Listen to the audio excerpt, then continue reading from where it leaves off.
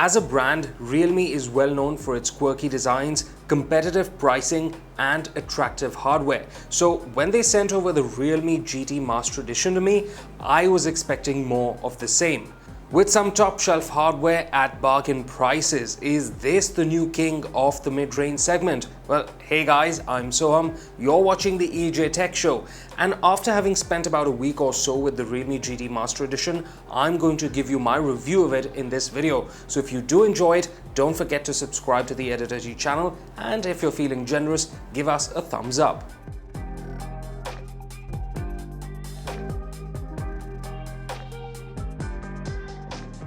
Now I'm going to begin with the most striking thing about the Realme GT Master Edition, which is of course its design. If you've watched our unboxing video, you'll know that the phone was sent in a suitcase, and that's what the design of this device has been based on. It's the work of Japanese industrial designer Naoto Fukasawa, and the rear finish looks very similar to a rugged suitcase, since Fukasawa's inspiration for the design was travel.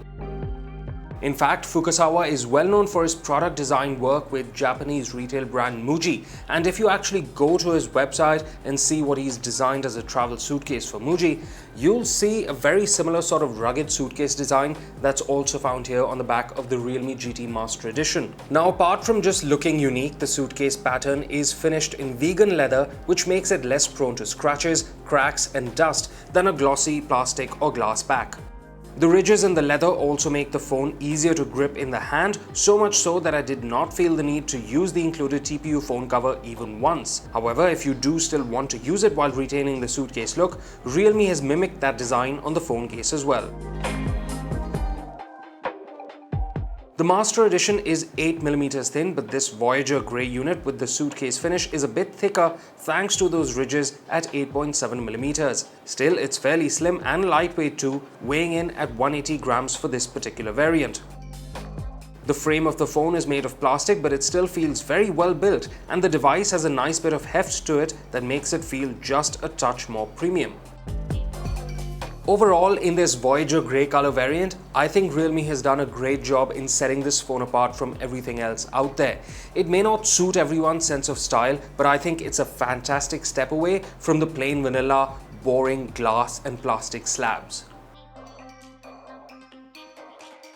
The display on the Realme GT Master Edition is a 6.43-inch Samsung AMOLED panel with a 120Hz refresh rate and Full HD Plus resolution, so it checks all my boxes for a mid-range device. Colors are rich and vibrant whether you're watching content or just scrolling through the interface, and thanks to a 360Hz touch sampling rate, the screen is very responsive. There's Widevine L1 certification as well, which means support for Full HD playback on apps like Netflix. Visibility outdoors is just about alright, since the screen does get up to 1000 nits of peak brightness, and the bezels around the screen are fairly slim as well, with only the bottom chin being a bit thicker than the rest.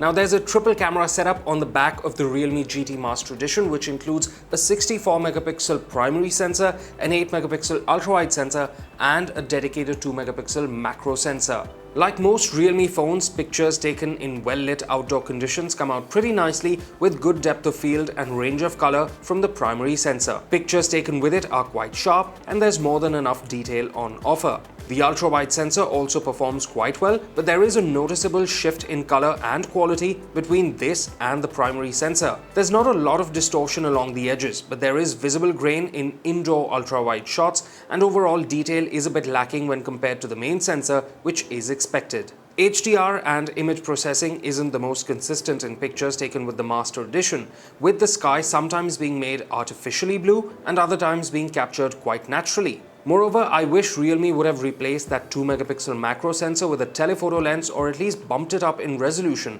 because I found myself getting nicer close-up shots with the 2x digital zoom on the main sensor. Not only was there more depth of field and quality with the main sensor, colors were also truer to life as compared to shots taken with the macro sensor. Now, if you're someone that enjoys taking a lot of low-light images, the Master Edition should do a decent job of pleasing you. Without night mode, there's barely any detail, a whole lot of grain, and any stray light sources are usually overexposed. However, once you turn it on, things get much better. I wouldn't say it's the best low-light camera phone at this price point, but it certainly does a good enough job for the money. When it comes to videos, the Master Edition can shoot at up to 4K at 30 FPS and 1080p at 60 FPS. There's electronic image stabilization at work here, so if you want slightly more stable footage, you can turn that setting on. It's worth noting though that it crops your frame in a fair bit and there's a visible difference in the quality as well.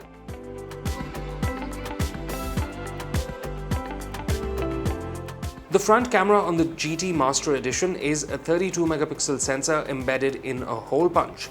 Image quality in shots taken outdoors is just about alright, and I do wish the camera did not turn out the smoothen feature by default because it makes for less sharp pictures. Surprisingly, I got slightly sharper images indoors with regular lighting. The portrait mode performs decently well for a single sensor setup and managed to crop out my rather messy hair quite evenly, both outdoors and indoors. For low-light scenarios, it's helpful that Realme has provided its Aura selfie feature that basically turns the phone screen into a spotlight. Now, even though the image here isn't the most detailed, it's important to note that there was barely any light around me to begin with.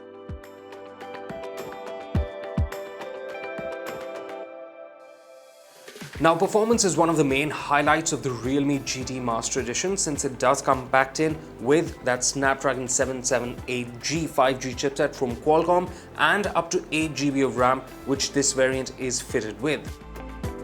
It breezes through day-to-day stuff and multitasking without breaking a sweat, and that's expected. But it also monsters through graphic-intensive games without any lag, stutters or dropped frames. Despite playing Call of Duty Mobile at very high graphic settings and high frame rate, I experienced no heating issues at all, which I'm guessing is the work of that vapor chamber cooling system that Realme has fitted on this device. The Master Edition also has a party trick, GT mode. Enable this and the phone basically dials everything up to 11. The CPU is immediately set to maximum performance, the screen refresh rate is turned up to 120Hz, visual effects of all sorts are enabled, and the phone is prepared to offer maximum gaming performance. Speaking of gaming performance, there's performance modes to choose from while you're in a game, and there's a gaming focus mode that turns off all distractions like alarms, notifications, calls, and even the game assistant itself. Also worth noting is the fact that the Snapdragon 778G is a 5G chipset, and Realme has provided support for up to 8 5G bands, which makes this device pretty future ready.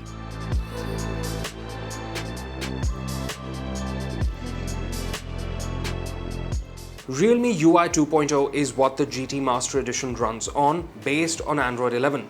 It's a fairly responsive user interface to use and comes with a lot of handy features that make the experience quite enjoyable. For example, there's the DC dimming feature in Realme Labs, which reduces screen flickering at low brightness levels. There's also the ability to take any picture in your gallery and use the colors from it to create your own wallpaper.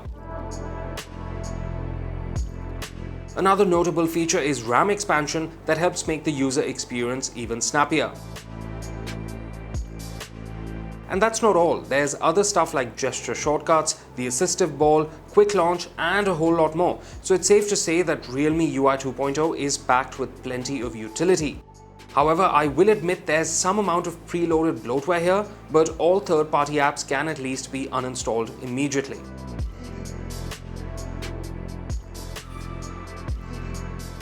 The Master Edition has a USB-C port for charging, a 3.5mm headphone jack, and a dual SIM tray. However, there's no micro SD card expansion, so I'd suggest buying the variant with 256GB of storage. The in-display fingerprint scanner is quick to unlock the phone and worked without a hitch throughout my usage. Now, the Realme GT Master Edition has a rather interesting battery setup. It's a dual cell design which makes for super fast charging speeds, but it's only a 4300 mAh unit, which in my experience didn't last as long as I needed it to. With the always-on display and 120Hz refresh rate turned on, I got just about a day's worth of usage. Plus, with such impressive hardware, it doesn't make sense to not take advantage of it in order to preserve battery life. You do get battery optimization and power-saving features, but I think that defeats the purpose of this GT-branded device. Still, with the included 65-watt charging adapter, topping up this phone takes almost no time. In my testing, it went from 0% to 100% in just over 30 minutes, which is really impressive. 15 minutes of charging got me to 60%, so you can be sure that a quick charge will get you a decent amount of usage. Now to me, the Realme GT Master Edition is best for those that are looking for great hardware performance, a unique design, and a value for money price point that starts just below 26,000 rupees.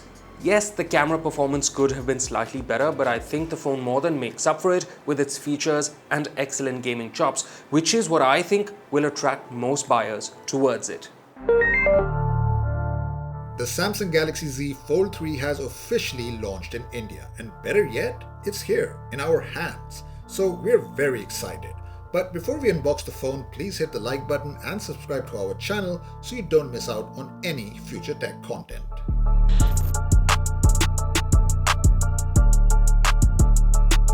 So the Fold3 comes in a slim black box with the huge Z branding bang in the middle and the name of the device just below that. Inside you'll find the phone itself, some standard paperwork, a USB-C to C data cable, and a SIM card ejection pin.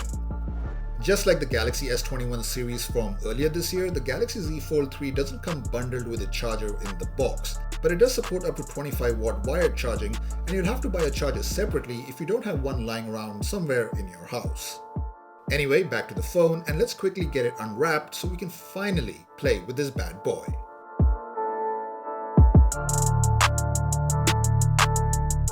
And here it is, the all-new Galaxy Z Fold 3. In its folded state, it gets a 6.2-inch HD Plus cover display, but when unfolded, it has an immense 7.6-inch QXGA Plus display that easily outclasses even the largest of conventional smartphones. Now at first glance, the Z Fold 3 doesn't look like a huge leap over its predecessor, but Samsung has made some important upgrades including IPX8 water resistance, 120Hz refresh rate across both displays, and a slimmer form factor. It finally gets S Pen support as well, so you can now jot down notes, do some doodling, or just indulge in general scrolling. However, the biggest addition has to be the first ever under-display camera on a Samsung smartphone for selfies. It's not completely invisible to the naked eye, but helps in offering a nearly notchless experience when watching content on the bigger display.